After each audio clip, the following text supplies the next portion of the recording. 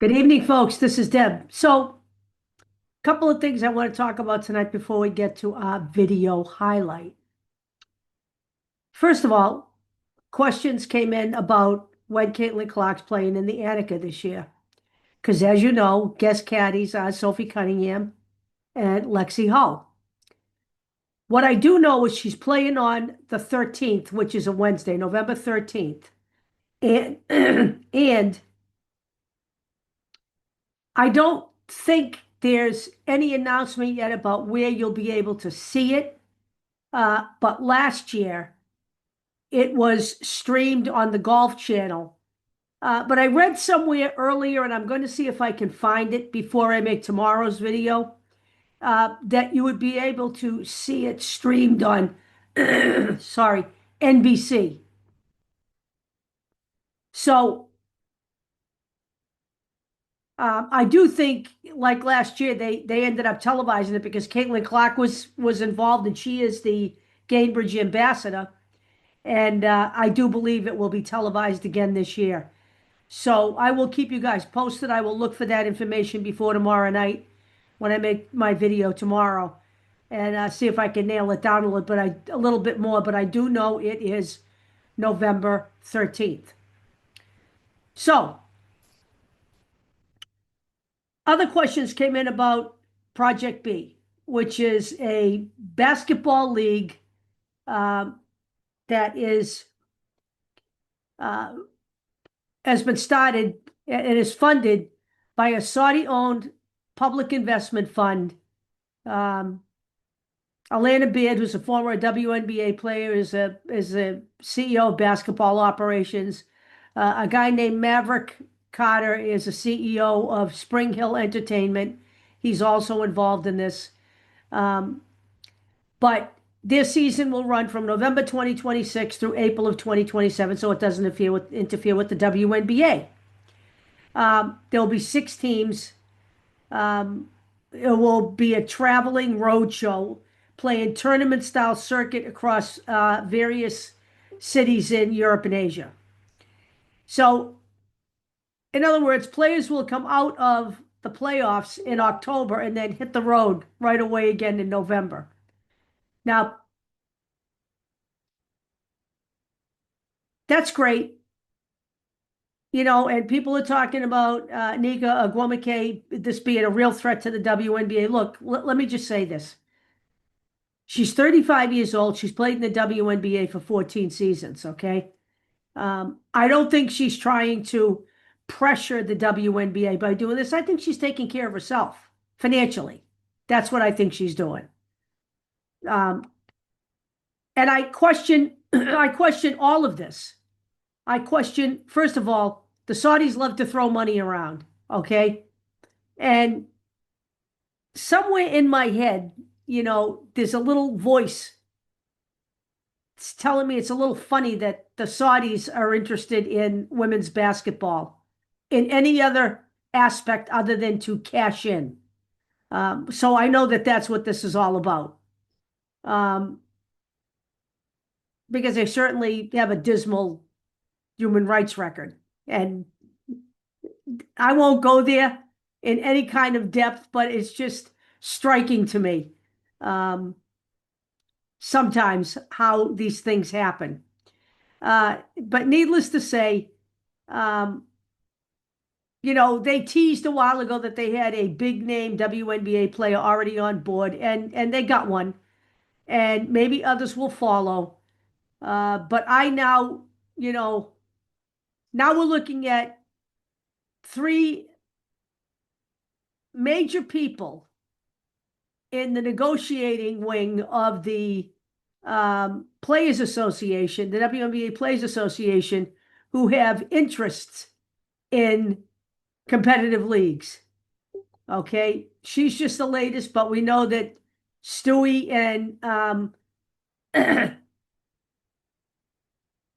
actually other players who are involved in the negotiating portion of the CBA with their interest in Unrivaled. Okay, so to me, it's a conflict of interest. And, you're looking at coming out of this Project B in April of 2027, and then the WNBA starting in May. And I think at some point, the question has to be raised. What if one of these players gets injured and can't play for the WNBA? In my mind, the WNBA, if she's injured playing for Project B or Unrivaled, then the WNBA should not have to honor her contract. There are going to be those problems are going to start coming up. So for people who think that this can be used as leverage for the players to get more, it can also be used as leverage by the owners and the investors in the WNBA to rein in the players. So people have to understand the dangerous double-edged sword that this is. That's all I'm saying here. Now, I don't intend to cover Unrivaled. I'm not interested in 3-on-3 basketball. So I'm not going to spend time covering it in the upcoming season. I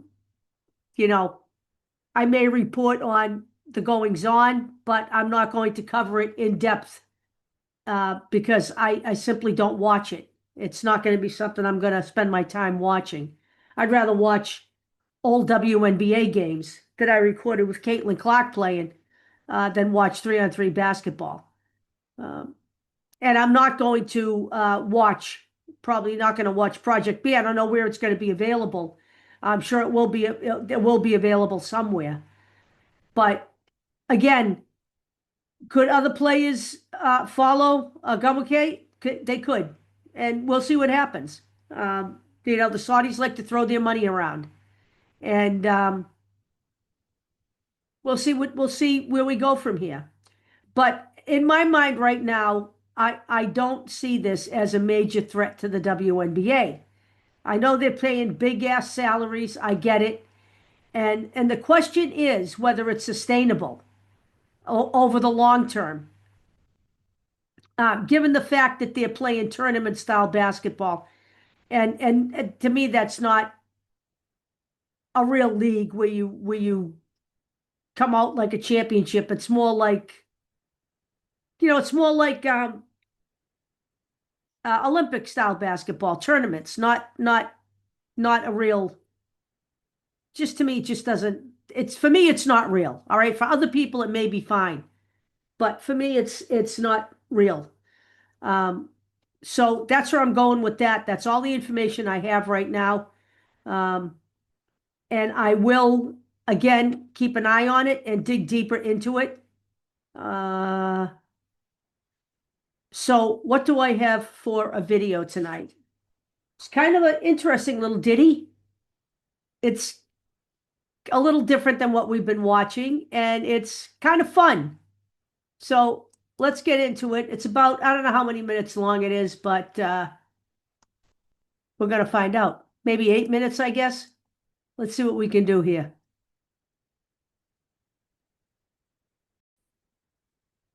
Her career last season. Clark gets away with a little push. Holloway buries it. Whoa. Hold on a second. Let's watch that clip one more time. To Caitlin Clark all night tonight. Are you talking about my high school experience? Clark, cut it! Damn, son. And if this one deserves any informal recognition, then this would definitely bag the "Did she just do that?" award for the sole reason that the play was so nice we have to hit the rewind button and see it twice. Sure, Caitlin Clark has won the WNBA Rookie of the Year award, as well as a whole bunch of individual accolades back at Iowa for basically destroying and dominating women's college basketball. But would it be super cool if we handed out fun awards to the super spectacular and unforgettable plays she pulled throughout her career? And so, without further ado, I'm welcoming you guys to the inaugural Caitlin Clark Awards ceremony. And to kick off the show, let's present the first official award, which is the Kobe Bryant Mamba Mentality Award. And this goes for the moments or plays where she had gone absolutely unhinged during clutch time, and eventually carry her team into a dub. And with that in mind, the clear-cut winner of this award was when Caitlyn delivered back-to-back cold-blooded daggers, coincidentally against the Los Angeles Sparks. So first she splashed a long bomb to give the Fever some cushion. 6 on the shot clock. Clark, a deep three! And when the big moment came calling, Cece embraced the pressure and just struck like the Black Mamba. Has space, she's gonna let it fly, and she's gonna connect! I mean, I'm pretty sure that Kobe is smiling down from above on Cece by bagging that award. And from one GOAT tribute to another, let's now move on to the second recognition, which is called the Michael Jordan for the Win Award. And this one basically goes to the coldest edge-of-your-seat buzzer beater that Caitlyn took and made. Now, as much as I want to hand out this prestigious award to one particular play, two finalists come up on top, so it's gonna be a tie between this crazy step-back logo bomb versus Michigan State. Gonna get the ball up in time, Clark for the win! And this off the inbound catch and shoot curling three to break the hearts of Indiana. Here's Clark. She fires. And it goes! Anyway, on to our next award. And this one goes for the farthest three-pointer that Caitlyn made in her young career. And with that being said, let's now unravel which play will win the Steph Curry from the Parking Lot Award. Now, Cece is jacked up and made some of the longest three-point buckets in the history of women's basketball. But if there's one long bomb that really stands out from the rest of the pack, then that would be this record-breaking 35-footer that made her the greatest female scorer in NCAA history. Clark, how will she go for history?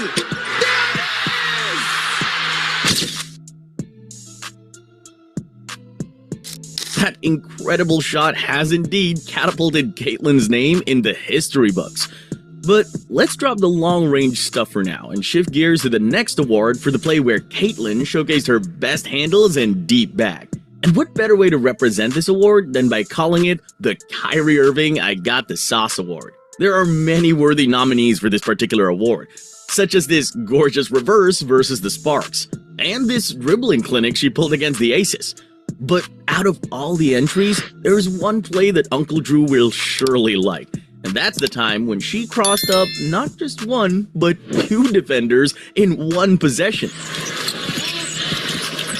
Clark off the crossover, goes to the left side and lays it up. Anyway, since we're now the most entertaining part of the program, I think it's the best time to dish out the next award. And this goes for the play where CC dished out the flashiest and fanciest pass, which I fittingly call the Magic Johnson Showtime Award. Out of thousands of submissions, there are a bunch that really stood out, like this threading the needle, dime with two bodies pressuring her, and this slick assist in Alyssa Smith in transition.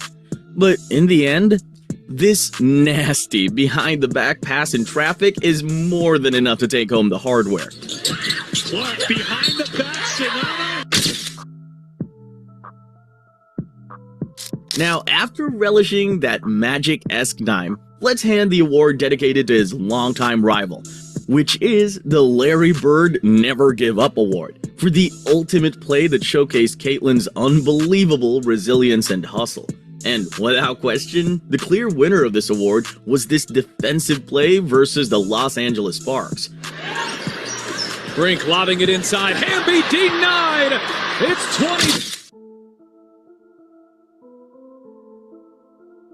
I mean, Cece came all the way to the other end just to swat away that shot. And speaking of going from one end to another, let's now see which play will win the Giannis Antetokounmpo Get the Hell Out of My Way award.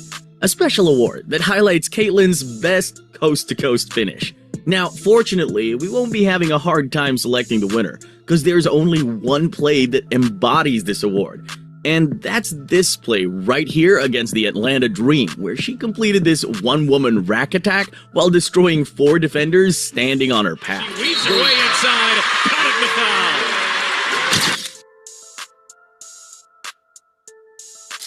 Going up against multiple bodies while finishing all the way through is not an easy thing to do. Which is why we have to give credit to Caitlyn in this regard. By handing the "now you see me, now you don't" award for the play where she was able to escape or squeeze out against a tough defense and still somehow managed to score a bucket. And with that being said, here's the clear-cut winner, where Caitlyn gets around this big lady using her elite footwork. South Carolina at every position. Clark has the mismatch. Oh, Caitlin Clark. Now you see her, now you don't. Finally, to wrap things up, let's now give out this last award for the play where Cece made her defenders touch earth, pick up some loose change, or any other term that you can associate with an ankle breaker. The Allen Iverson Man Down Award has a few runner-ups, such as the time when Cece forced Rebecca Allen to sit down even though she didn't want to. Then there's the moment where she made Courtney Williams believe she's just walking on a wet spot. But see, I'm pretty sure that you're already quite familiar with the winning play, as this award goes to the moment where Caitlyn snatched Bridget Carlton's innocent ankles for the entire world to see. Clark.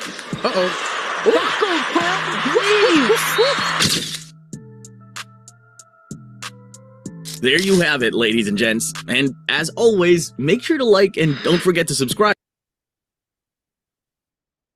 So I thought that was pretty fun. And I thought it was just a little different than what we've been watching. I do have another one lined up for tomorrow night. So that's where we are. As I said, I'll look further into the Annika and I will look further into Project B. But right now, my focus is watching what's going on with the CBA. That's the most important thing right now. So I am headed out the door. You guys have a great night. And I will get this processed and post this hopefully tonight, if not before I go to work tomorrow morning. But it will be up. And couple of other things that I'm looking into also. Just before I go, I'll let you know. Is taking a look at Iowa women's basketball, college ball, and also trying to see what I can figure out is going on with Caitlin Clark and the LeBron's trainer. Now, as I said she was open to it, but she did not confirm anything, and it would require her going to New York. So we'll see if that actually pans out.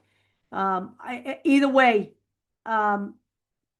in my mind, okay, if she does it, fine. If she doesn't do it, fine. Okay, I in no way think that he's going to make her the greatest player on the planet. I think she's going to make herself the greatest player on the planet. I think Caitlin Clark 2.0 coming up in 2026 is going to be beast mode. I think that she's going to be hungry.